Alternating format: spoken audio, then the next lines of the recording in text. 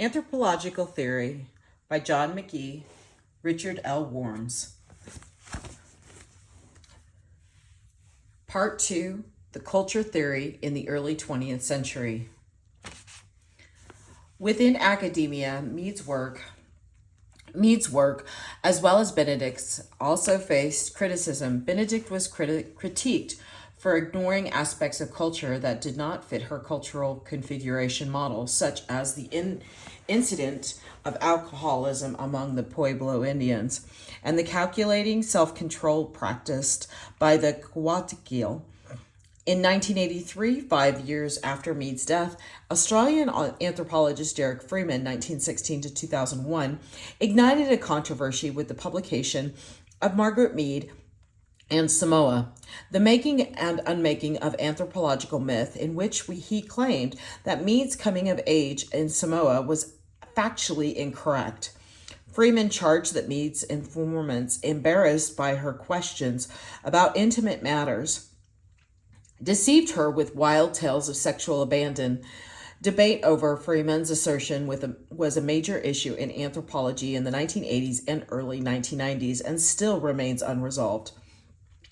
A new addition to this section is a chapter of Zora Neale Hurston's Mules and Men, 1935, a collection of African American folklore collected in Florida in the late 1920s. Hurston began her university education at Howard University, receiving an associate's degree there in 1924.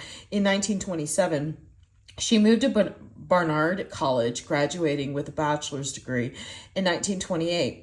She continued on to graduate school at Columbia University but never earned a graduate degree, though in 1939 she received an honorary doctorate from Morgan State College. Boas and his students were often willing to accept black students, but racism and expense made it extraordinarily difficult for African American students to earn doctoral degrees. The first African American PhD should have been Boas' student Louis Eugene King, 1898 to 1962, who completed his doctoral dissertation in 1932 but lacked the funds to print the 27 copies of it that Columbia required. King eventually received his degree in 1951 but was never able to get an academic job. Bernstein, 2002, 559, the first African American to receive a cultural anthropology PhD, was Edward Sepier's student Mark Hanna Watkins, 1903 to 1976, who graduated from the University of Chicago in 1933. It would be almost a decade before there was a second black PhD, one of the first African Americans to teach at a major predominantly white university, the University of Chicago, and in 1947, the first to be hired to a tenured position. Slater, 1998 to 99, page 98. Other prominent African Americans with training in anthropology included Roosevelt University and Stanford professor St. Clair Drake, 1911 to 1990. Choreographer and dancer Katherine Dunham, 1909 to 2006. Morgan State University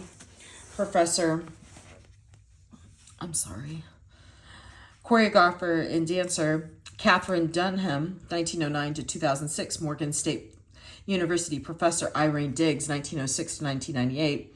School principal and activist Arthur Fawcett, 1899 to 1993, and biological anthropologist William Montague Cobb, 1904 to 1990, and Carolyn Bonday, 1889 to 1948. However, St. Clair Drake reports that when World War II ended, fewer than half a dozen African Americans were teaching in predominantly white universities in all disciplines combined, 1978.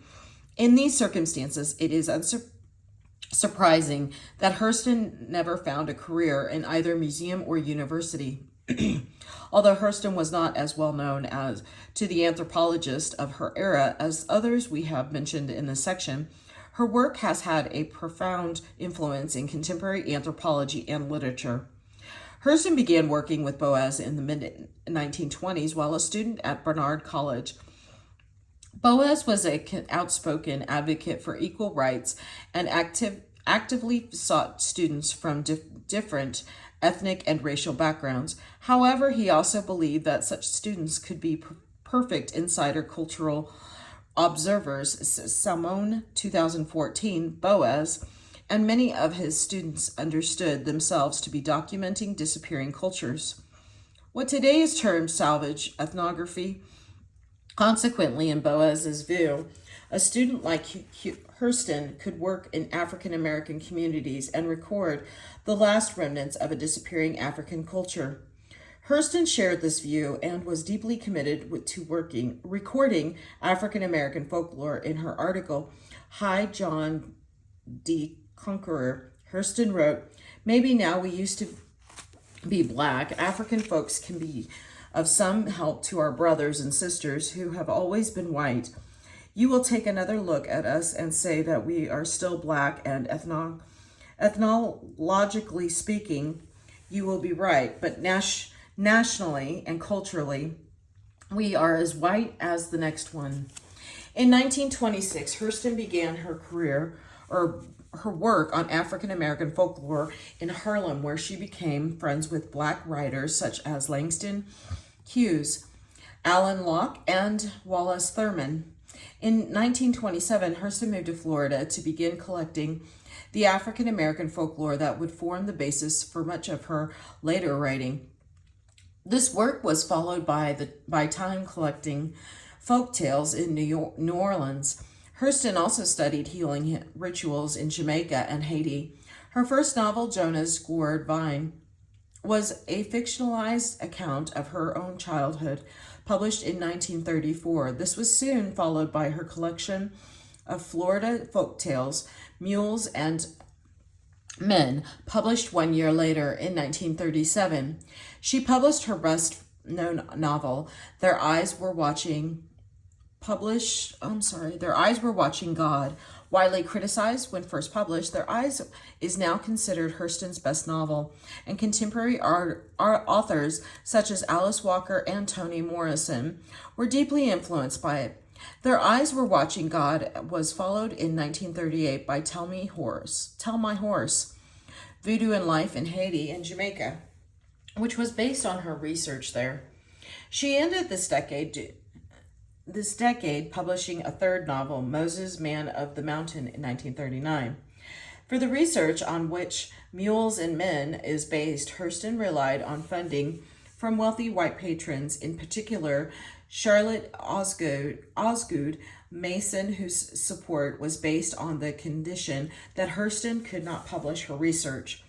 Consequently, Hurston published much of her fieldwork experiences in her novels rather than in academic journals, as published much of her fieldwork experiences in her novels. Oh, I'm so sorry. As you read the selection from the Mules and Men, you can see how representative it is of Boasian style. Anthropology. Hurston writes that folklore as she heard them, trying to preserve the voices and language of her collaborators. Unlike most authors of her time, she also documents her own role in the settings where she collected the stories, aiming for ethnographic accuracy that predates the autoethnographies of the 1980s and 1990s by 50 years. Reading Mule and Men, we also feel Hurston's pride in the culture of the Black communities in which she studied. Compare Hurston's writing to the Radcliffe Brown on joking relationships. Written just a couple of years after Mules and Men, you can feel that the affection of Hurston had for the people she studied and how deeply personal the work is compared to Radcliffe Brown's. Hurston led a dramatic and tumultuous life. She was a central figure in the Harlem Renaissance of the 1920s and 1930s, with close ties to its key figures, and her books were well received. However, she never earned much money from them.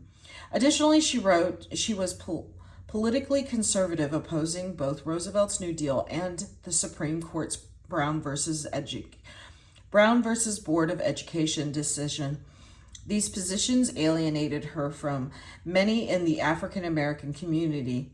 Linguist John McWhorter, in an essay that goes on to praise Hurston, says she was a thoroughly black woman who would gladly have peddled her wares on Fox News Today, unquote. Hurston's conservatism was not a denial of racism, but rather a belief in individuals and in workings within the existing system. Hurston put many of her political ideas in the final chapter of her autobiographical book, Dust Tracks on the Road. However, the chapter was removed from the first edition of the book in 1942 because it was deemed insufficiently patriotic. It was restored to as an appendix in later editions. There she said, "Race pride is a luxury I cannot afford.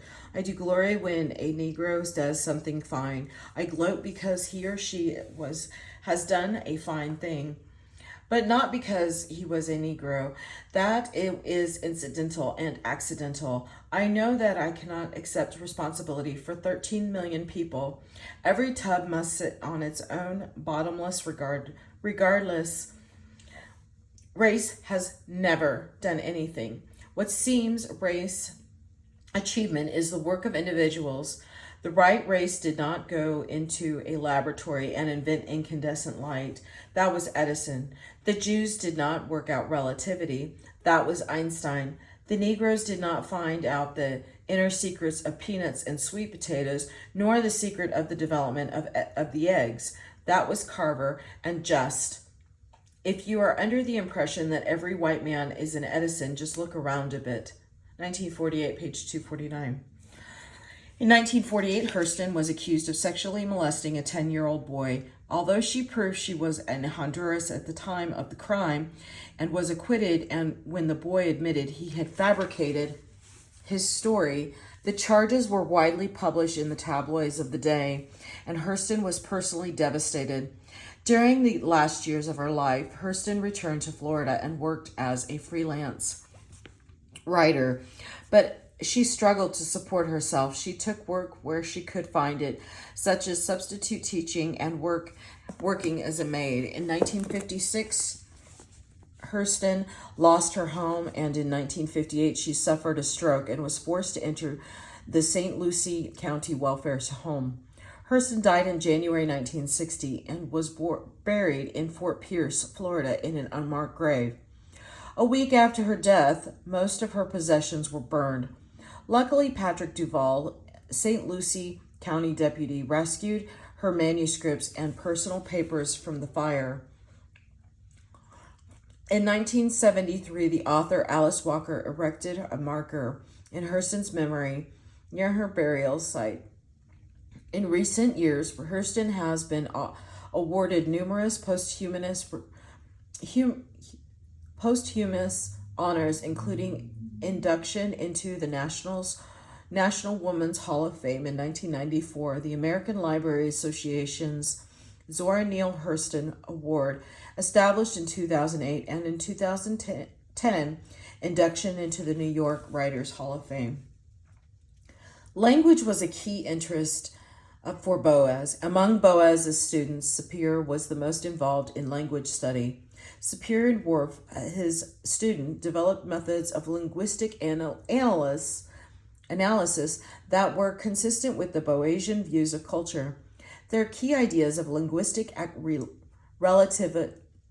relativity and linguistic determinism have come to be known as the Sapir-Whorf hypothesis, though this term was coined by Sapir's student Harry Hoyger, 1904 to 76. In 1954, long after the deaths of both Sapir and Worf earned a degree in chemical engineering at the Massachusetts Institute of Technology in 1918, then worked for the Hartford Fire Insurance Company in Connecticut.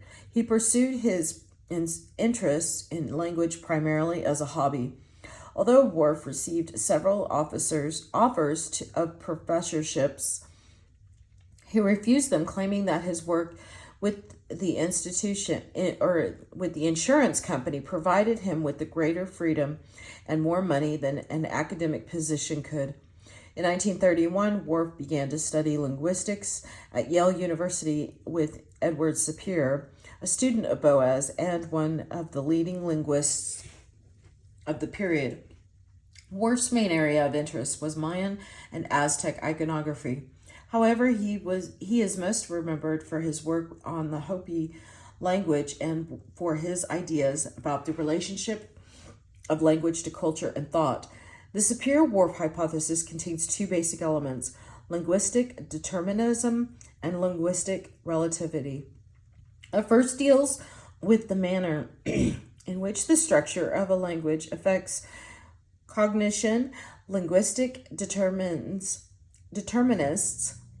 propose that the grammatical and lexical categories of the language a person speaks organize the way the person thinks and shapes the person's behavior. The second, linguistic relativity, refers to the idea that just as cultures are the result of their own history, so too are languages. This too has implications. First, no language can be judged better or worse than any other. And second, since the grammatical and lexical categories of a language are unique to that language, speakers of different languages inhibit separate conceptual worlds. You can see how the notion of linguistic relativity reflects the Boasian view of culture. The work of Sapir and Whorf inspired research on the relationship between language and culture that continues to the current day.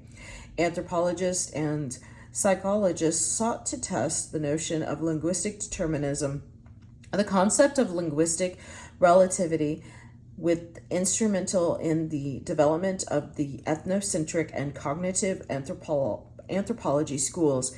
In particularly, the influence of Sapir and Whorf is evident in the studies of subjects such as ethnobotany and ethnomedicine, and in the work of scholars like James P. Spratley.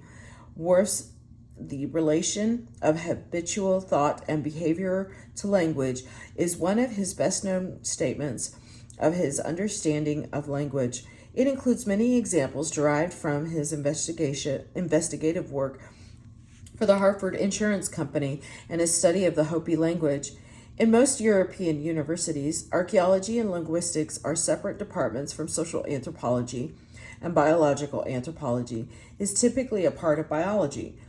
The four fields of focus of anthropology and departments in American universities today is a reflection of Boas and his students' view of anthropology. Though anthropologists today rarely identify themselves as Boasians, it is almost impossible to overestimate the influence of Boas and his students on mainstream American anthropology. The effects of Boas' critical insights are seen most clearly in the work of his students in the first half of this century. But clear echoes of Boasian thought are present in ethnoscience and cognitive anthropology, as well as in the symbolic and postmortem approaches to the study of the culture. Thank you for bearing with me, guys. This is the end of the part 2, culture theory and the early 20th century. Thank you.